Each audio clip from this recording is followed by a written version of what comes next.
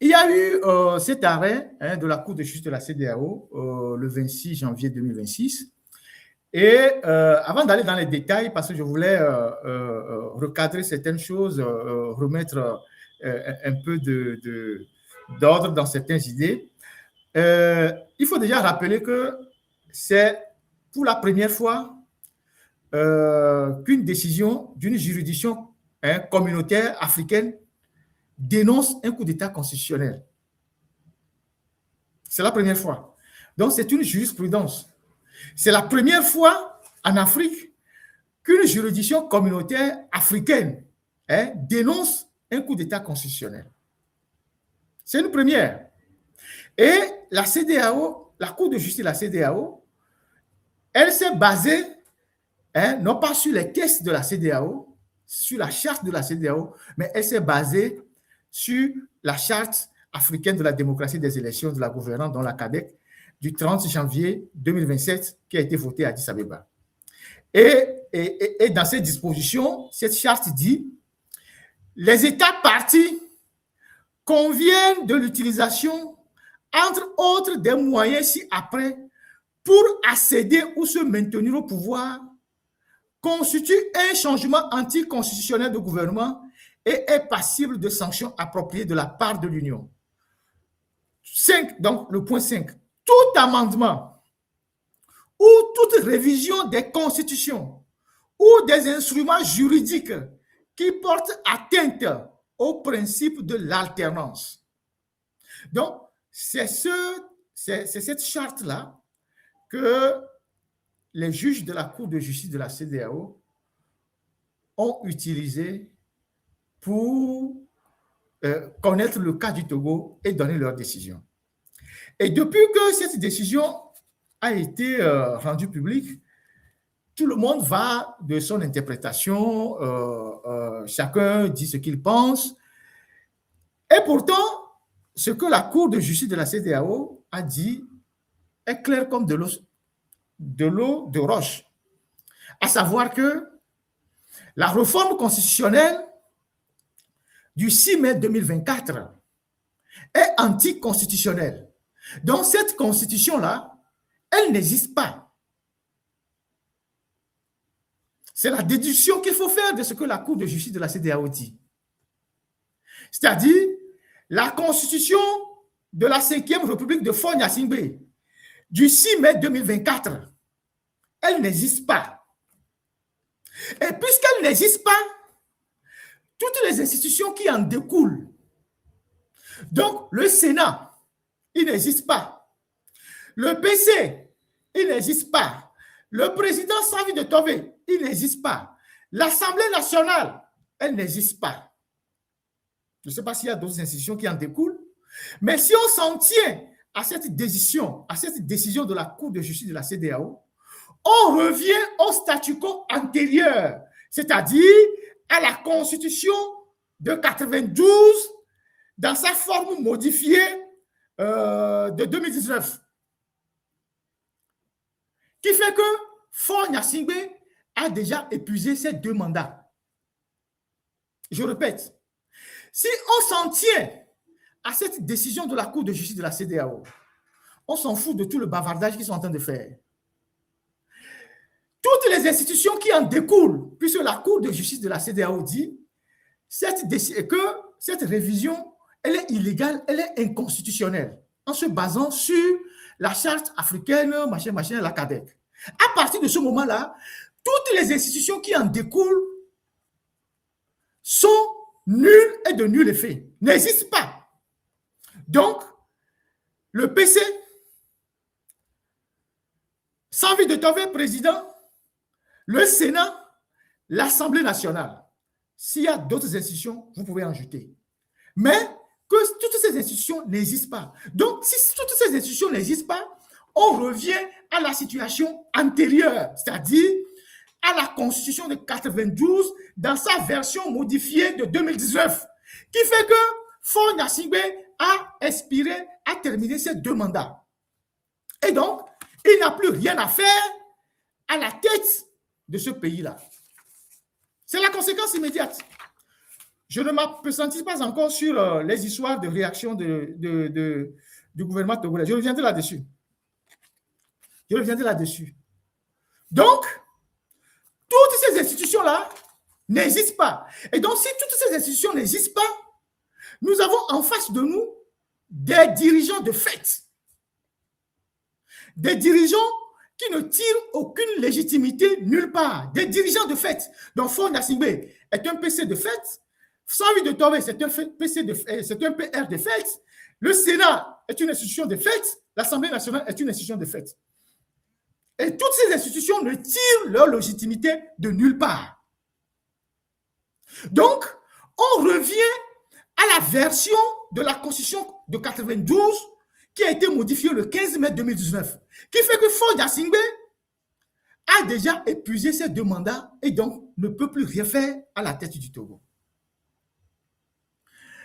Alors, quand on va encore plus loin, quand on utilise la charte, la CADEC, on voit que même si on revient à la Constitution de 92 et qu'il s'avère qu'il faut mettre en place une transition, ceux qui sont les bénéficiaires ou ceux qui ont piloté ce changement constitutionnel, ils ne peuvent plus avoir place dans cette transition-là. C'est la CADEC qui le dit. La CADEC, dans son article 25, alinéa 4, dit ceci. Les auteurs de changements anticonstitutionnels de gouvernement ne doivent ni participer aux élections organisées pour la restitution de l'ordre démocratique, ni occuper des postes de responsabilité dans les institutions politiques de leur État. Ce n'est pas encore là-bas. J'arrive là-bas, c'est technique. Donc, quand vous lisez après l'article 24, alinéa 5, l'article 25, alinéa 4 de la CADEC, elle dit ceci. Les auteurs du changement anticonstitutionnel, donc Faure et toute sa bande,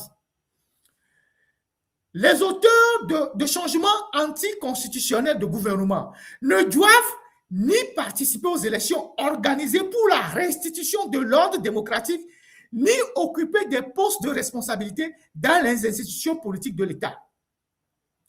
Plus grave, l'article 25, alinéa 5 dit « Les auteurs de changements anticonstitutionnels de gouvernement peuvent être traduits devant les juridictions compétentes de l'Union. » C'est-à-dire, non seulement ceux qui ont participé à ce changement de constitution anticonstitutionnelle n'ont plus le droit de participer à une quelconque activité politique ou électorale, mais ils peuvent être poursuivis devant les institutions de l'Union africaine.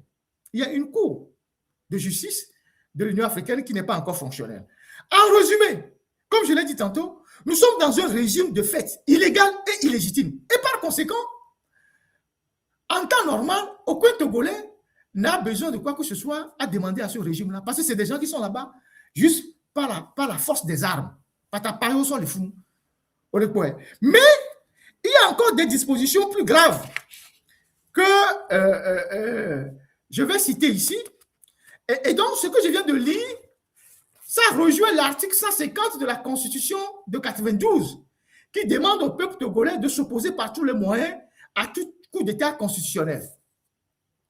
Maintenant, quand on prend le protocole de Malabo, toujours dans la poursuite des gens qui font les modifications constitutionnelles, il y a, comment appelle-t-on, le protocole de Malabo, que je vais vous lire tout à l'heure, qui dit que tous les individus qui ont participé à la commission de ce crime, parce que dans le protocole de Malabo, c'est considéré comme un crime imprescriptible, les modifications de constitution. Ces gens doivent être poursuivis devant les tribunaux de la Cour de justice de l'Union africaine. On va lire ensemble le protocole de Malabo, que les gens feignent de ne pas savoir si la technique peut rapprocher. Le protocole de Malabo, en son article 28, la page suivante. La page suivante, ce n'est pas celle-ci. Ça, c'est pour les génocides. Il y a le cas, voilà. Crime relatif au changement anticonstitutionnel de gouvernement. C'est le protocole de Malabo, hein, en son article 28. Crime relatif au changement anticonstitutionnel du gouvernement. Au fin du présent statut, un document que le Togo a, comment on appelle ça, a ratifié. Voilà. Voilà. Au fin du présent statut, changement anticonstitutionnel de constitution signifie le fait de commettre ou d'ordonner de commettre des actes suivants avec l'intention d'accéder ou de se maintenir illégalement au pouvoir. Petit a, un putsch ou un coup d'état militaire perpétré contre un gouvernement démocratiquement élu. C'est ça qu'ils utilisent souvent pour suspendre les militaires qui font les coups d'état. Petit b, toute intervention de mercenaires visant à renverser un gouvernement démocratiquement élu. C, toute intervention de dissidents armés ou de mouvements rebelles ou à travers l'assassinat politique destiné à renverser un gouvernement démocratiquement élu.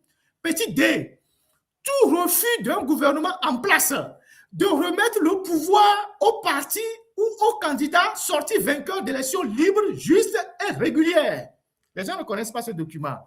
Petit e, tout amendement ou révision de la Constitution ou des instruments juridiques considérés comme une violation des principes de changement démocratique de gouvernement et non conformes à la Constitution. Petit f, toute modification substantielle des lois électorales durant les 6 mois précédant les élections sans le consentement de la majorité des acteurs politiques. Donc, ça, c'est le protocole de Malabo.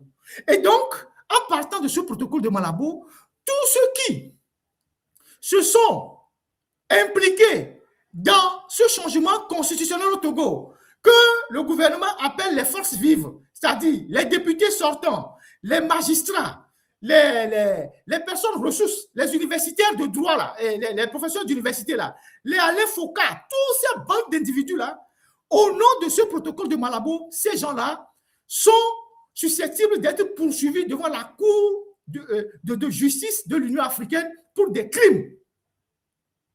Je partage le document avec vous à la fin de live. Donc, quand on est dans cette situation, on se retrouve devant une situation pareille dans laquelle le gouvernement est très embêté parce que on a vu toutes les agitations ces jours-ci que le gouvernement a réagi. C'est des propos qui ont été rapportés par l'AFP. Est-ce que vous avez vu un communiqué du gouvernement? Est-ce que quand on vous dit que le gouvernement a réagi, c'est d'abord l'AFP qui a rapporté et puis après les autres médias ont pris. Vous avez vu un communiqué du gouvernement signé par quelqu'un depuis plus d'une semaine? Vous avez vu un communiqué qui nous atteste la réaction du gouvernement par rapport à la décision de la Cour de justice de la CEDEAO, signé soit par Faure Gnassingbé lui-même, soit par Ablamba Johnson, ou soit par le ministre de la Justice. Vous avez vu un communiqué? Non. Ils ont appelé un journaliste et ils lui ont remis des éléments de langage et ont dit d'aller diffuser. Et personne n'a voulu mettre son nom en bas ou bien personne n'a voulu assumer ce prétendu communiqué, puisqu'il n'a pas existé de communiqué. Donc, c'est les États voyous qui se comportent comme ça. C'est-à-dire un État qui décide de ne pas appliquer une loi, une décision qui a été prise par une juridiction communautaire auquel elle fait partie. C'est les États voyous qui se comportent comme ça. Et donc, cette histoire de communiquer que le gouvernement a réagi, c'est un élément de langage qu'on a remis à quelqu'un et qui ont servi à écrire des articles sur la toile. Vous ne trouverez nulle part un communiqué signé d'un membre du gouvernement. Pour cette affaire de Cour de justice de la CEDEAO, normalement, un gouvernement responsable devait sortir un communiqué signé par le premier responsable ou bien le ministère de la Justice. Rien du tout. Et donc, on nous dit oui, que la Cour n'a pas compétence à juger de la constitutionnalité de quoi au Togo. Mais où étiez-vous? Pourquoi vous n'êtes pas allé devant la Cour pour soulever l'exception d'incompétence de la Cour? Vous avez des juristes qui vous entourent. L'exception d'incompétence, ça se soulève tout le temps de la procédure. tout le temps de la procédure, vous avez le temps de soulever l'exception d'incompétence du tribunal, de la juridiction. Si la juridiction elle-même ne dit pas qu'elle est incompétente, parce que la juridiction elle-même peut dire qu'elle est incompétente à connaître l'affaire, mais les avocats des parties peuvent aussi demander, débattre de l'incompétence de la juridiction. Maintenant, vous n'êtes pas allé débattre à la Cour de justice de la CEDEAO de ces éléments-là, de l'incompétence de la Cour, et c'est lorsque la Cour a rendu cette décision que vous venez nous parler de l'incompétence de la Cour à connaître ces genres de sujets liés au contrôle de constitutionnalité. Mais nous sommes en face de ce qu'on appelle en droit l'autorité de la chose jugée. À partir du moment où la Cour de justice de la CEDEAO a rendu son arrêt, elle est obligatoire, applicable. Vous n'avez plus à faire des gymnastiques intellectuelles pour nous raconter des histoires. Et l'autorité de la chose jugée se définit comment? Pour vous-même les juristes. Lorsque une affaire est jugée, elle n'est susceptible de recours, ou que les recours sont épuisés, ou encore que les délais de recours sont écoulés, ce qui est dit dans la décision a autorité de la chose jugée. En français facile, ce qui est dit est devenu une vérité. Aucune autre affirmation contraire à ce qui est dit n'est recevable. En l'espèce, la décision de la Cour de justice de la CEDEAO n'est susceptible d'appel ou de recours ordinaire devant une autre juridiction.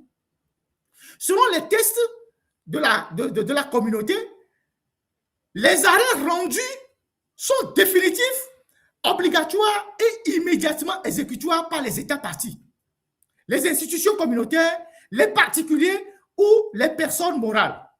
Il n'existe donc aucune juridiction supérieure à la Cour de justice de la CEDEAO pour réexaminer l'affaire au fond. Conclusion, le passage de la 4e République à la 5e République a été taxé d'anticonstitutionnel, d'illégal par la Cour de justice de la CEDEAO. Aucune autre vérité n'existe en dehors de celle-là. Donc, les élucubrations des apprentis juristes du gouvernement ne sont que des pétards mouillés. Faure est dans une situation inextricable. Il est dans une situation assez délicate. Non seulement il a commis des actes dont il est susceptible d'être poursuivi avec tous ses amis qui ont commis cet acte-là, il est disqualifié désormais à piloter une quelconque transition parce qu'il s'est rendu coupable de ci et de ça. Et donc, ceux qui aujourd'hui sont au niveau des acteurs politiques doivent garder la lucidité nécessaire pour tirer le meilleur bénéfice de cet arrêt-là. Parce que ce qu'on apprend, ou ce que moi j'apprends en tant que Ferdinand, c'est que le régime qui est en difficulté essaye. Vous avez vu que même dans leur réaction, ils ne savent pas ce qu'ils disent réellement, parce qu'ils disent oui, il y a le politologue Papa Kadidja qui leur a apporté une réponse assez magistrale en leur disant mais il n'y a pas que seulement le contrôle de constitutionnalité, il y a le contrôle de conventionnalité. Et dans le cadre de ce contrôle de conventionnalité, il y a une jurisprudence de la CEDEAO que je vais vous lire. Elle est très importante, cette jurisprudence.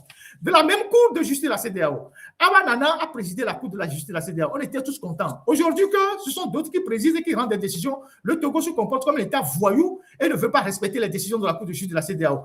Faure Gnassingbé a été placé à la tête du Togo par la CEDEAO et ses amis français. Aujourd'hui, il crache sur la CEDEAO parce que la CEDEAO ne fait plus, ou bien la Cour de justice de la CEDEAO ne fait plus son affaire. Et donc, dans cet arrêt de la Cour de justice de la CEDEAO du 13 juillet 2015, dans une affaire qui oppose le Congrès pour la démocratie et le progrès, c'était le parti de Blaise Compaoré, à l'État du Burkina Faso. Les moyens invoqués par la Cour pour donner raison au parti de Blaise Compaoré, un des moyens, je vais vous lire, c'est dans une décision de la Cour de justice de la CEDEAO. Dans cette décision, la Cour a posé clairement un principe fondamental. Si donc, écoutez-moi très bien, si donc le principe de l'autonomie constitutionnelle et politique des États implique sans conteste ce qui est la latitude, A-Y-A-I-E-N-T, donc ce qui ont ou ce qui est, donc ce qui est la latitude de déterminer le régime et les institutions politiques de leur choix et d'adopter les lois qu'ils veulent, cette liberté doit être exercée en conformité avec les engagements que ces États ont souscrits à la matière. Or, il ne fait aucun doute que de tels engagements existent. C'est une jurisprudence de la Cour de justice de la CEDEAO, un moyen que la Cour de justice de la CEDEAO a évoqué pour donner raison à ce parti de Blaise Compaoré sur la question des conventions auxquelles le Burkina a souscrit. Donc, tout ce qui est en train de se passer là, c'est de la comédie. Et donc, les acteurs politiques doivent faire très attention. Parce que, fort étant maintenant dans une situation inextricable, puisque au niveau même de la CEDEAO, on ne sait plus qui est le président du Togo. Vous avez vu cette image-là, que les petits farfelus du régime ont vite fait de dire que c'est une intelligence artificielle, alors que ce n'a jamais été le cas. Comme si eux, ils pouvaient maîtriser mieux l'intelligence artificielle ou ce qui est de l'intelligence artificielle plus que les journalistes. La technique va monter l'image. Ce sont des affiches qu'on a fait dans les rues en Sierra Leone, en prélude au dernier sommet de la CEDEAO, où on a mis la photo de Faure et on a écrit en bas Jean-Lucien Savy de Tové. C'était des affiches qui pullulaient dans les rues de la Sierra Leone. Et donc, ça veut dire que, voilà, vous voyez, enlève ma photo et on va leur décrire l'environnement. Vous voyez cette image-là? Rien de cette image-là n'est de l'intelligence artificielle. Il suffit de voir l'image, le décor, tout, et d'analyser. Rien n'est de l'intelligence artificielle. C'est une image entièrement authentique, affichée à Freetown. Donc, au niveau même de la CEDEAO, on ne sait même plus, c'est-à-dire le Togo, c'est une salade. On ne sait même plus qui est qui. Donc, on se retrouve avec des humiliations comme ça et on rentre dans la salle, on voit une autre image. Et j'espère qu'ils vont me dire aussi que c'est de l'intelligence artificielle. Même dans la salle, l'image, même qu'ils ont mis dans la salle, porte confusion. On va regarder ça ensemble. On va regarder ça ensemble. La technique va mettre l'image et vous allez voir que on ne sait même plus qui fait quoi au Togo. Et donc, Faure, il est dans une situation inextricable. Et toute sa réflexion, c'est comment s'en sortir. C'est comment s'en sortir et il espère prendre encore la classe politique au dépourvu en tirant le meilleur bénéfice de cette histoire de décision de la Cour de justice de la CEDEAO en prévoyant d'organiser des élections législatives courant, selon les informations, il reste à confirmer, le mois de février prochain, où il sera...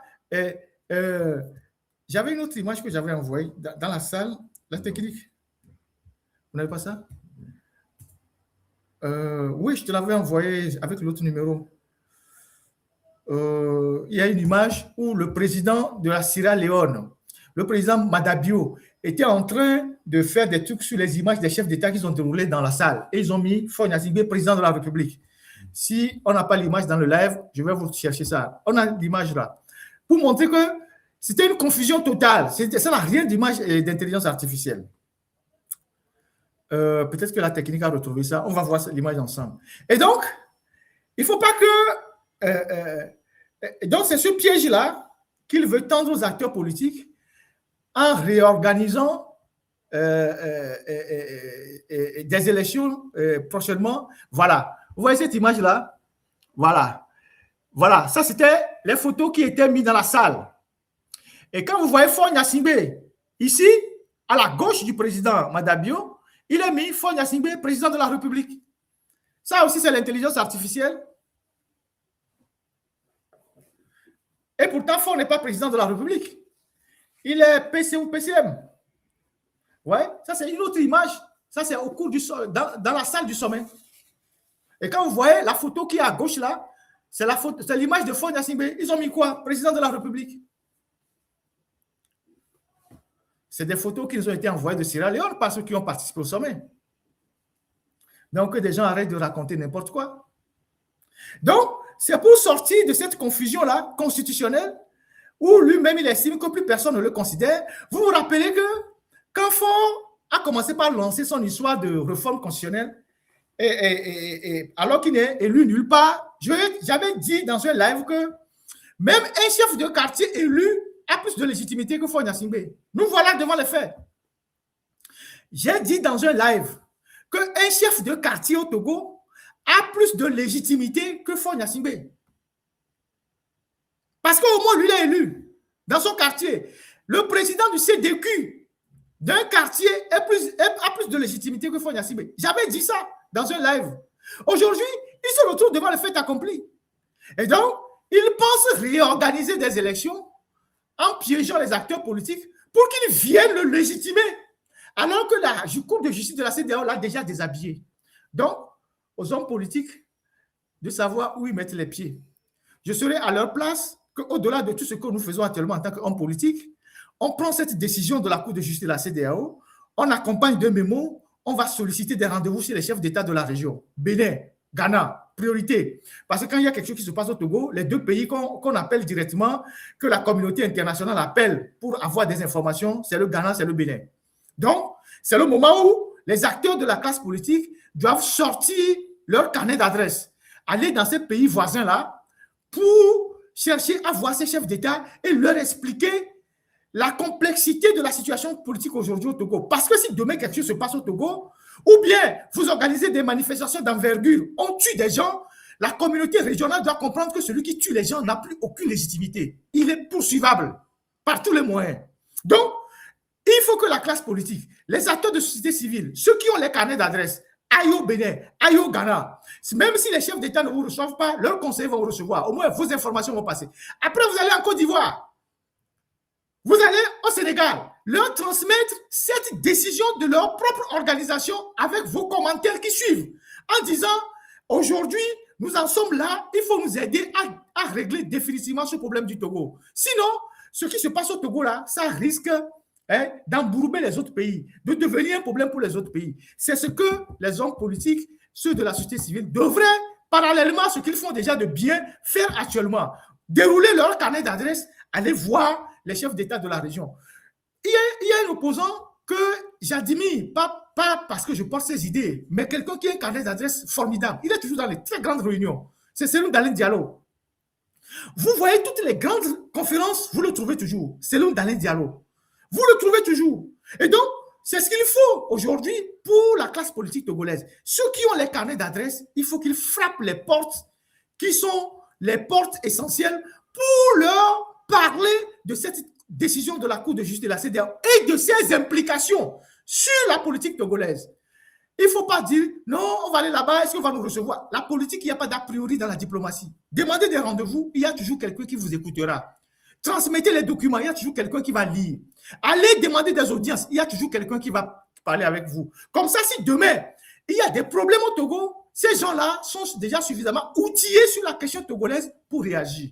Voilà comment j'essaye de clôturer cette question de la Cour de justice de la CEDEAO en rappelant que les autorités qui sont là aujourd'hui, dont Faure Gnassingbé, ses amis, sans vie de tomber, sont des autorités de fait.